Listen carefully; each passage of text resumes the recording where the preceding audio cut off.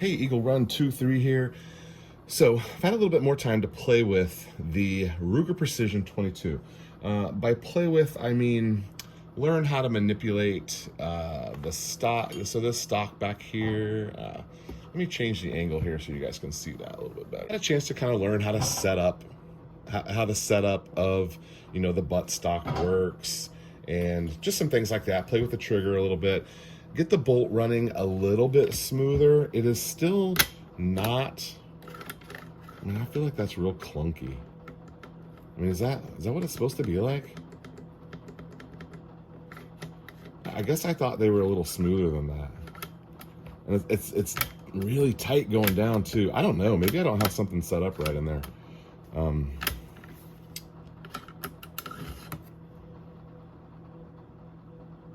don't know. Maybe I need to explore on that a little bit more. But anyway, we've had an opportunity to just kind of play with it a little bit more. So I am super excited to shoot it, and the plan is to put the Leupold 4-16, I believe it is. We're gonna put the Leupold 4-16 on there and take that off of the 10-22 and focus on this gun instead of the 10-22. I've got something else I can put on the 10-22, and it could be that we don't shoot that very much while we're shooting this because there's only so much time to shoot 22, but I would like to focus on this, and I'm planning on playing with it. I like the adjustability, that it will work between me and my daughter, and I don't know, I'm excited about having this. And we're going to be testing some 22. So I'm going to show you what we have here, and then the rest of this video will be us shooting it. So we're going to go with this is a 1070 feet per second. This is the CCI standard velocity. I feel like this is going to be a pretty good baseline. It's readily available. Everyone knows what it is. Everyone probably has some. I don't know how much of this stuff I have. I've got 20 rounds or so in there. So the Norm Attack, this usually does pretty good. People kind of like it.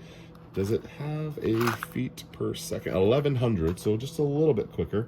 And then the Remington Golden Bullet, I believe this is the same one that the bucket is, that I have a bunch of. Let's see, does it have an FPS? So this one comes out to be a little quicker, 40 grain, 1255 FPS, and yeah, looks like a pretty good one. And then I have so much of this stuff. I've been buying this stuff for years, and then I bought 10 boxes. Oh, I got so much of this stuff, so I hope it likes this. This is the auto match. I think it's, maybe they say it's designed for semi-autos, but we're gonna shoot it in the bolt gun and see what happens. 1200 feet per second, and it's a 40 grain normal stuff. And then this one's always my favorite. I love the Stingers. I think maybe just because I like to say Stingers, but we'll try this stuff out as well. 32 grain, a little bit lighter, and don't have to worry about cycling. Some of the pistol and stuff I have they're all a little tricky with the cycling. You got to shoot specific ammo. This isn't going to care about that. We can focus 100% on accuracy. Now, one more thing I want to do before we go to the range is I want to test this trigger pull and see what it pulls.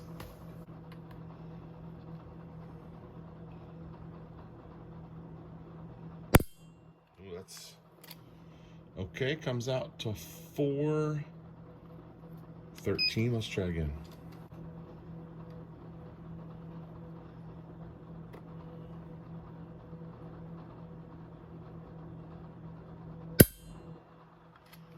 That one went to 5.8. A little stiff. I don't know if my angle is just quite right on there though. Let's try again. I feel like I'm imparting some angle to it. 5.4, so the first one was definitely the least.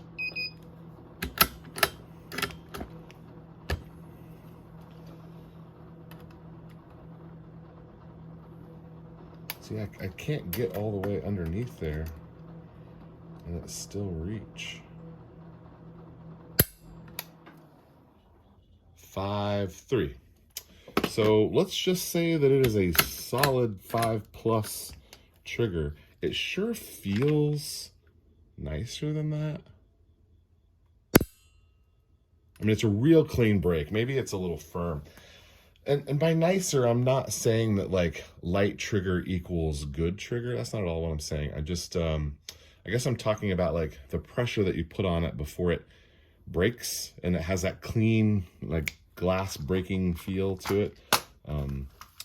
I guess that's what I'm talking about. So we're in the 5 category, 5+ category for sure.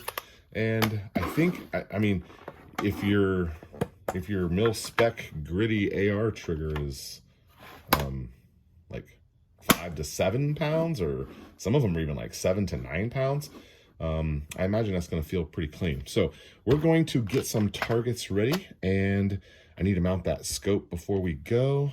And I think I'm gonna have to order a bipod too. Oh, this stuff never ends. Okay, anyway, we're going to shoot some 22 and have a good time at the range, and I'll be back here with the results. Well, unfortunately, it's been a few days. We were not able to get to the range on plan A, and so plan B was we went to an indoor range. Now, I know it's deer season, but I've kind of come to the realization that the guys who work out all year long and then they get really agitated at those people who come to the gym and crowd the gyms in January and February, that is me at the gun range during deer season. There was over an hour wait for a 100-yard range over at the Frisco Gun Club. Anyway, so we have some results. We were able to shoot the Ruger Precision, and I'm super excited about the results. So we'll start here at the bottom of the list with the least accurate. Norma Tac. This is a 10-shot group, and I got a 1.269. And then over here with the Remington Golden Bullet, had some, had hopes for this, but I know it's a bulk ammo, 1.383. Not bad. I mean, that's plinking quality for sure. We're trying to go for something a little bit better. And then the next ones we tried, CCI. We had a standard velocity and a stinger. So over here in a stinger, this is a 10-shot group.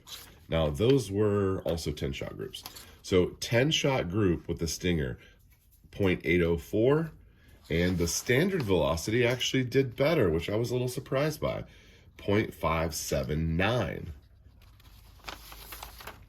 And then finally, of our cheap budget ammo, here are the best 2 groups. Federal Auto Match. I shot a 5-shot group and a 5-shot group, which could lead to some of the inconsistencies here, but a 0.55 and a 0.426, those are great groups.